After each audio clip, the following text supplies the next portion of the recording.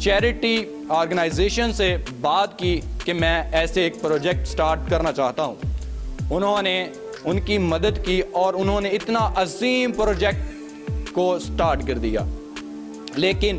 بدقسمتی یہ تھی کہ یہ ابھی تعمیری مراحل میں ہی تھا اور سر اصغر علی 2009 میں انتقال کر گئے۔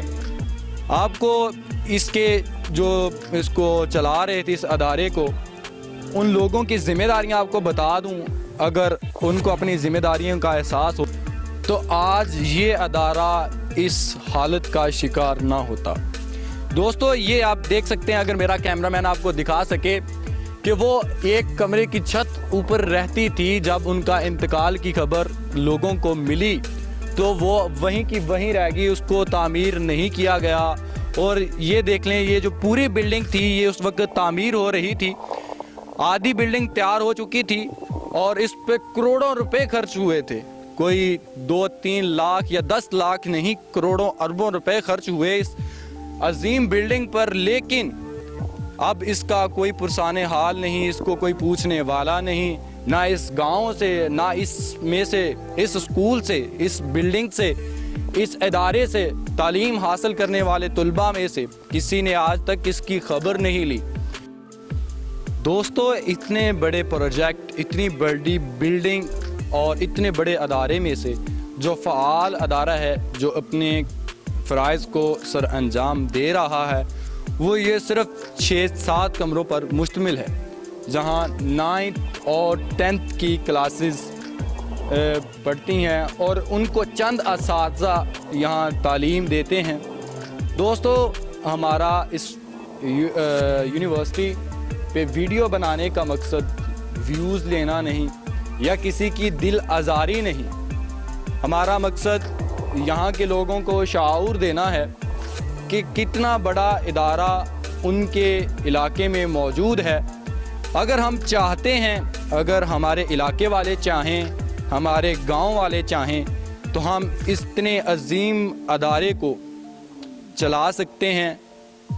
اس ادارے کو چلانے کا فائدہ یہ ہوگا کہ ہمارے جو بچے لاکھوں روپے فیس دے کر دوسرے شہروں میں پڑھنے جاتے ہیں، ان کی بچت ہوگی۔ اور آپ کو یہ بھی بتانا تھا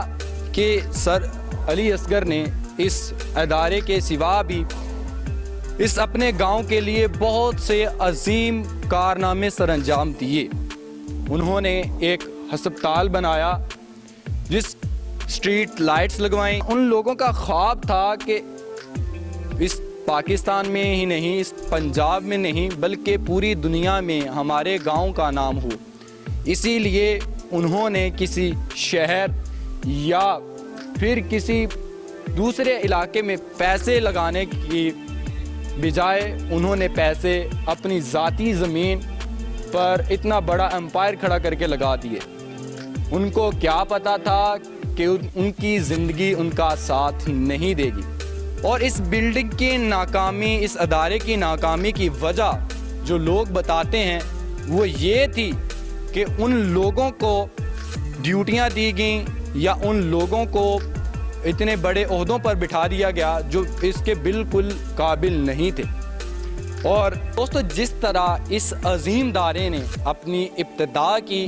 لوگوں کا خیال تھا کہ اس کے اختتام اور اس کا حال بھی ایسے ہی ہوگا، لیکن ہوا اس کے برعکس۔ پورے پنجاب سے طلباء کو بلایا گیا اور ان کے ابتدائی ٹیسٹ لیے گئے۔ اس ٹیسٹ میں سے پوزیشنز لینے والے اسٹوڈنٹس کو، طلباء کو ماہانہ وظائف دیے گئے، اور وہ وظائف اتنے تھے کہ وہ طلباء اپنے تعلیمی اخراجات مکمل طور پر کر کے بھی ان میں سے پیسے بچا لیتے تھے۔ ادارے نے ہونہار طلباء کے لیے بہت کچھ کیا، لیکن افسوس کی بات وہ ہونہار طلباء جن کو اس ادارے نے اتنی فیسلٹیز دیں، اتنی سہولیات دیں، اتنا مقام دیا، اتنی عزت دی، شہرت دی اور تعلیم جیسی نعمت سے نوازا، آج وہ اس کی بھی تیار نہیں۔ اس کی وجہ ہمارے آج کی نفسا نفسی ہے۔ ہمیں چاہیے تھا یہاں پڑھنے والے اسٹوڈنٹس کو چاہیے تھا جو آج کسی مقام پر موجود ہیں کہ وہ اس ادارے کے لیے کچھ کرتے، وہ اپنے علاقے کے لیے کچھ کرتے اور اس کو اچھی طرح فعال کرتے، جیسے ان کے دور میں بچوں کا تعلیم دی جاتی تھی ویسے ہی آج یہاں دوسرے بچوں کو تعلیم دی جاتی۔ لیکن افسوس، صد افسوس ان لوگوں پر جو اپنی ذمہ داری کو بھول بیٹھے ہیں اور یہاں سے نکل کر اچھی پوسٹ، اچھی سیٹوں پر بیٹھے ہیں، اچھے عہدوں پر بیٹھے ہیں، لیکن وہ اپنے ماضی کو بھول چکے ہیں کہ ہم نے کس عظیم ادارے سے تعلیم حاصل کی ہے اور وہ ادارہ اس وقت کس حال میں ہے۔ ہمیں اس کا خیال رکھنا چاہیے تھا، ہمیں اس کو پروموٹ کرنا چاہیے تھا، اور ہم ہیں کہ اس کی بات سننے کو تیار نہیں۔ تو اب ہم آپ کو دکھائیں گے اس ادارے کا ہاسٹل، بوائز ہاسٹل، جو اس وقت بنایا گیا تھا کہ جو طلباء دور سے آتے ہیں وہ یہاں رہ کر اپنی تعلیم۔ دوستو، یہ عظیم ادارہ، یہ عظیم انسٹیٹیوٹ اس وجہ سے ناکام ہوا، اس کی اصل ناکامی کی وجہ انتظامیہ تھی، اور انتظامیہ میں وہ لوگ موجود تھے اور ان عہدوں پر بیٹھے تھے جو ان عہدوں کے بالکل بھی قابل نہیں تھے، اور وہ جتنے بھی لوگ تھے وہ سر علی اصغر کے رشتہ دار، ان کے عزیز، ان کے دوست تھے۔ سر اصغر علی کو ان کی جو اندر تھا، جو ان کی صلاحیتیں تھیں، وہ ان سے واقف نہیں تھے۔ آپ بتائیں کہ وہ شخص جس نے کبھی انجیکشن تک نہ لگایا ہو اور اس کو ہم اتنے بڑے ہاسپٹل کا چارج دے دیں جو لاکھوں زندگیوں کو علاج جیسی عظیم نعمت سے نواز رہا ہو، اور وہ کیسے اس ادارے کو مینج کر سکے گا۔ یہی وجہ تھی کہ وہ ہاسپٹل، وہ ہسپتال جس میں غریب یا کہہ لیں اس علاقے کے ہر شخص کا علاج تقریباً مفت کیا جاتا تھا، اور وہ بھی اس وقت ہسپتال بند کر کے وہاں ایک بچوں کا پرائمری اسکول کھول دیا گیا ہے۔ دوستو، سب سے امپورٹنٹ، سب سے اہم، سب سے ضروری بات یہ ہے، یہ سارے کا سارا ادارہ اس وقت ایک آرگنائزیشن ہے، NGO ہے، پاک ہیلپ لائن، اس کے انڈر ہے، جو اس وقت اس ادارے کو چلا رہی ہے۔ جتنا ان سے ہو رہا ہے وہ چلا رہے ہیں۔ اتنے بڑے ادارے کو ایک شخص نہیں چلا سکتا، اگر چلا سکتا تھا کوئی تو وہ صرف سر علی اصغر تھے، جو صرف ایک شخص ہو کر انہوں نے کروڑوں روپے، اربوں روپے لگا دیے اس پر، اپنے لیے کوئی چیز تک نہ بنائی۔ دوستو، وہ بھی اسی گاؤں میں رہتے تھے، اور ان سے زیادہ امیر لوگ اس گاؤں میں رہتے ہیں۔ اگر وہ چاہتے تو اس جیسے کئی ادارے بنا سکتے تھے، لیکن وہ اتنے سیلفش، وہ لوگ اتنے خود غرض ہیں کہ ان لوگوں کو اپنے گاؤں، اپنے علاقے کی پرواہ نہیں، ان کو صرف اپنے پیٹ بھرنے، اپنے خزانے بھرنے سے ہے۔ دوستو، آپ ہی بتائیں کہ اگر اتنا بڑا ادارہ، اتنا بڑا انسٹیٹیوٹ آپ کے علاقے میں ہوتا تو آپ اس حالت میں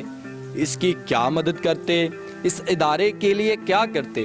دوستو، اس ادارے کے لیے لوگوں نے بہت کچھ کیا بھی، لیکن وہ اتنا مائنر تھا کہ وہ کچھ نہ ہونے کے برابر تھا۔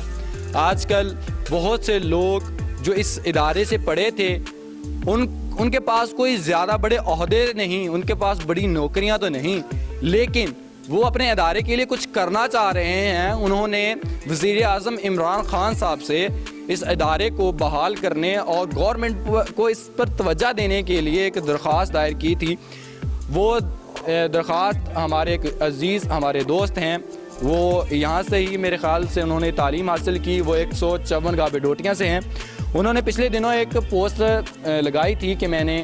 اس ادارے کی بحالی کے لیے عمران خان صاحب کو ایک درخواست لکھی ہے ان کے پورٹل پر۔ تو ہمارا بھی پنجاب گورنمنٹ اور ہمارے گوجرے کے AC DC اور دوسرے عہدیداران اور وزیر اعلیٰ پنجاب اور وزیر اعظم عمران خان صاحب سے یہی اپیل ہے کہ اتنے بڑے انسٹیٹیوٹ کو ہم نئے ادارے اگر نہیں بنا سکتے تو کم سے کم جو پہلے بنے موجود ادارے تھے جو بچوں کو تعلیم دے رہے تھے اور اچھے طریقے سے دے رہے تھے ان پر توجہ دیں. یہ ادارہ آپ کی توجہ کا حقدار ہے اور آپ کی توجہ کا منتظر ہے. تو دوستو اس کے ہی ساتھ آج ہم اپنی ویڈیو کرتے ہیں مکمل. اگر آپ کو یہ ویڈیو اچھی لگے تو ہمیں ضرور سپورٹ کیجئے گا اور اس ادارے کو سپورٹ کرنے کے لیے اگر کوئی چاہتا ہے تو وہ ہمیں ہمارے پرسنل نمبر ہمیں ای میل کر سکتا ہے اور ہمیں پرسنل نمبر پر کال کر سکتا ہے اور اس ادارے کے متعلق اگر ان کو کوئی انفارمیشن چاہیے ہو تو وہ بھی مل سکتی ہے. تو اس کے ساتھ ہی ہمارا پروگرام ہماری ویڈیو ختم ہوتی ہے اور اللہ حافظ.